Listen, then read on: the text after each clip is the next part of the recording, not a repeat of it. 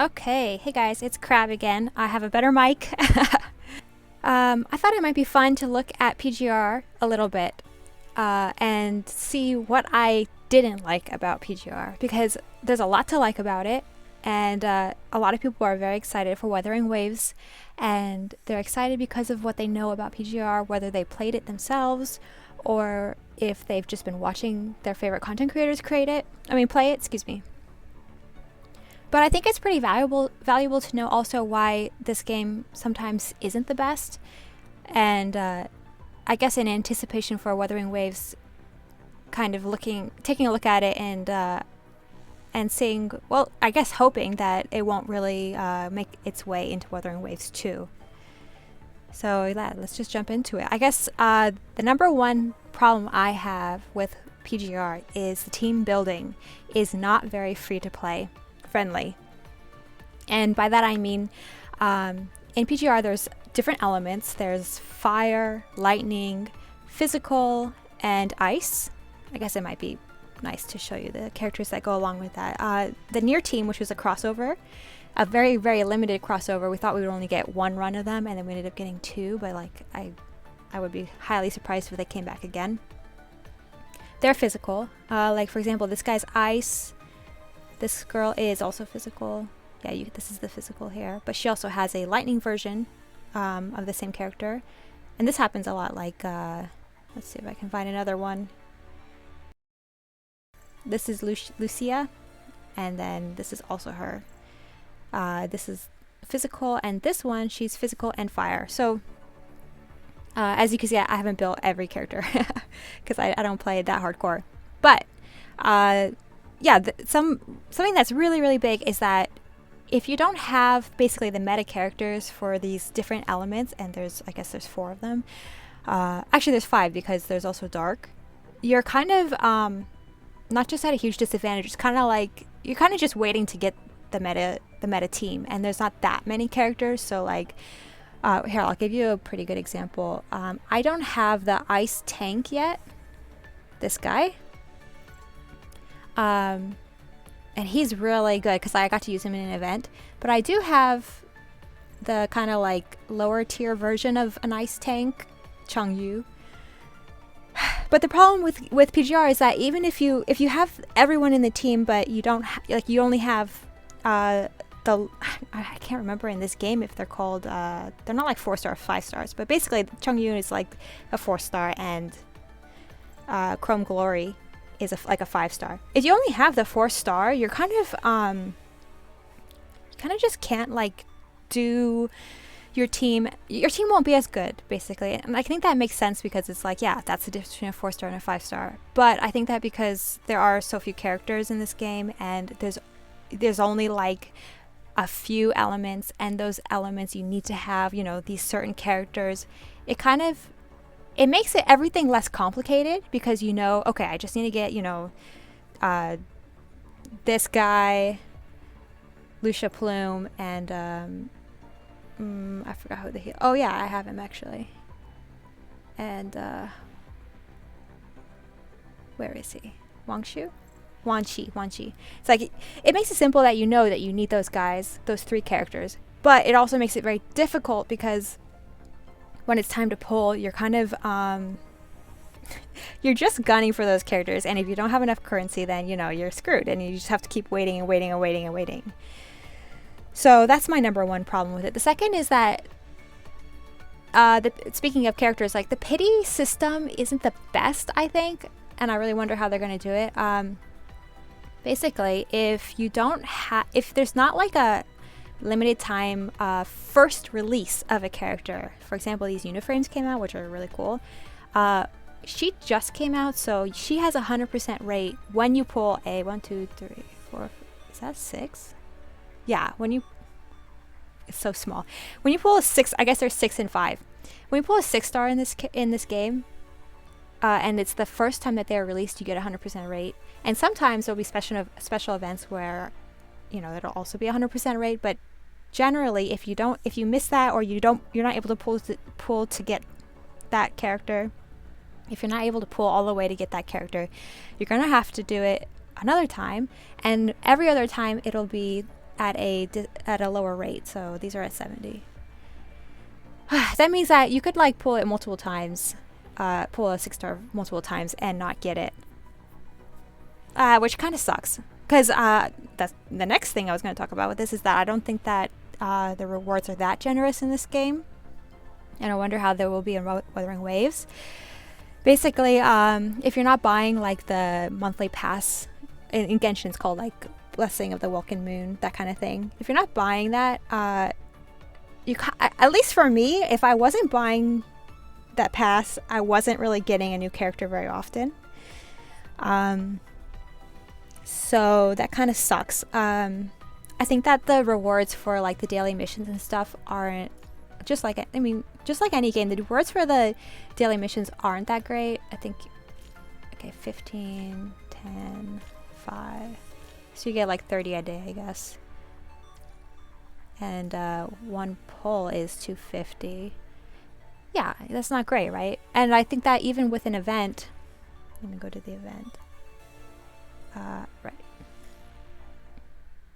Even when there's an event going on, you don't necessarily get that many. See, like this one doesn't even. That's a tutorial. I guess it makes sense. Let me go back.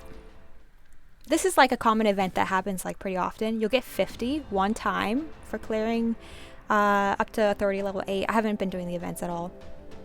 But otherwise what you're getting are this currency, and each time it's different, and then you go to the event shop and then you can buy these are basically like the things that you equip to your character.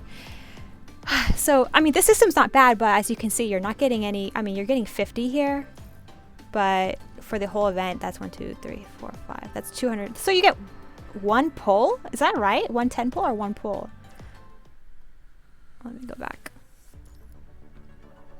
Literally one pull from like multiple days of doing that event.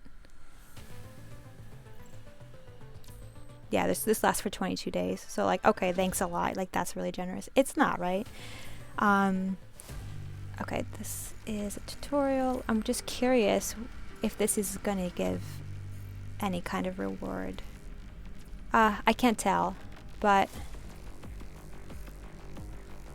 ooh, the music is sick though. Yeah, I mean, you know, I'd have to dig. Oh, here we go. Okay, 2, 4, 6, 8, 10, 12.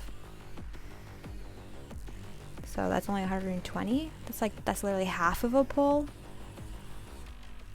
And then yeah, the challenge, you're not even getting that. What is this though?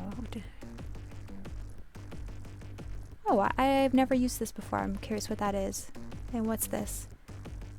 Voucher exchange. So maybe that's a chance. I guess this is just illustrating my point. It's like the events they're quite fun, like as in terms of like you get to play and that's a lot of fun, but like you really either have to do your dailies or you gotta buy that monthly pass, or if you just want to straight out buy pulls. But I really dislike doing that and I don't do it.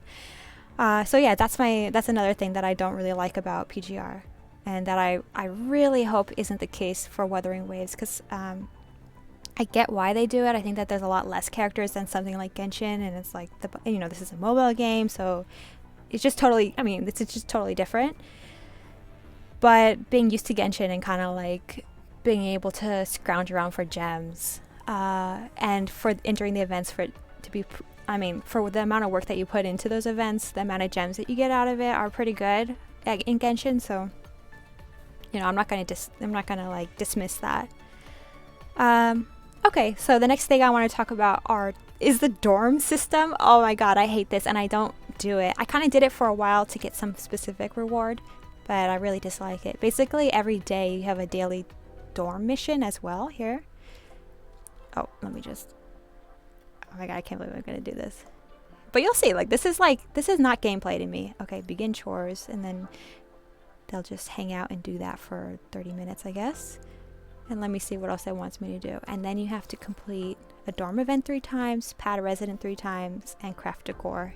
Once you do that, you basically, what you want are these little gems. I mean, not gems, coins. And these coins can be used for not pulls, but like cool things like skins. And sometimes I'm pretty sure you can buy stuff like if you need more enhancement materials, basically, or level up materials. And here, I'll just jump in here and show you why I hate this so much. Basically, you click these guys both, and that's considered a dorm event. And they give you these little things. Oh, look, more coins. Okay, and she does her little emote. Oh, I guess only she gave me coins. And they're all out doing chores. Okay, I'm gonna do 2 more. You can actually move on once you see that little like glitter happening right there. Okay, boom, you already got the rewards. You don't have to wait around. So I used to do this when I was trying to get whatever I was trying to get. I used to do this every day, and like honestly, so boring. And I mean, same with the Serenity teapot. I think the only thing that's cool about that in Genshin is that you get to customize like your home basically. But like this kind of stuff, oh my gosh, I mean, it's not for me basically. And then the padding too, it takes so long. Like, to me, this is cute like once or twice, but to be forced to do it every day for something, it really takes the fun out of it, and just not very enjoyable at all. So hopefully there won't be a dorm thing like this. This is the worst one too. I usually end up just doing all, which makes like 12. And when it makes 13 items, so then I can claim it, and then I just recycle these. But like, honestly, who wants to do this? It's like work. And now finally I can get my thing. And I don't remember what I do that for exactly. Okay, so dorm mission dislike. I really dislike doing that, and I hope that it won't be in Wuthering Waves.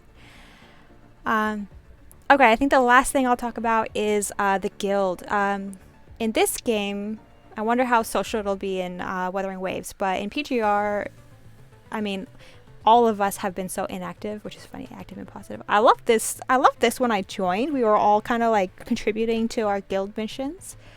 The rewards you get are these hyper-tune stuff, catalysts, crystals, and you can get some copies of characters.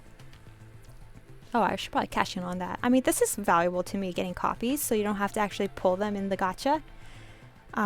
That's pretty free to play funny. That's pretty cool. I wonder how they'll do that, if they'll do anything like that in Wuthering Waves. But like, I actually haven't even been worried about using hypertune catalyst, because I don't even have all my characters, right? I don't have my ice team. I think that my fire team is lacking. Is it? I think I might have something. I have the main girl, and then oh yeah, because they have like a new thing where you need to have this girl, who I wasn't able to pull for. Like, I wasn't able to pull and get her. Yeah, I've just been missing this. This is like the new meta lightning tank. I missed her. I missed yeah, the fire healer. I think I missed somebody else too, and I just can't remember.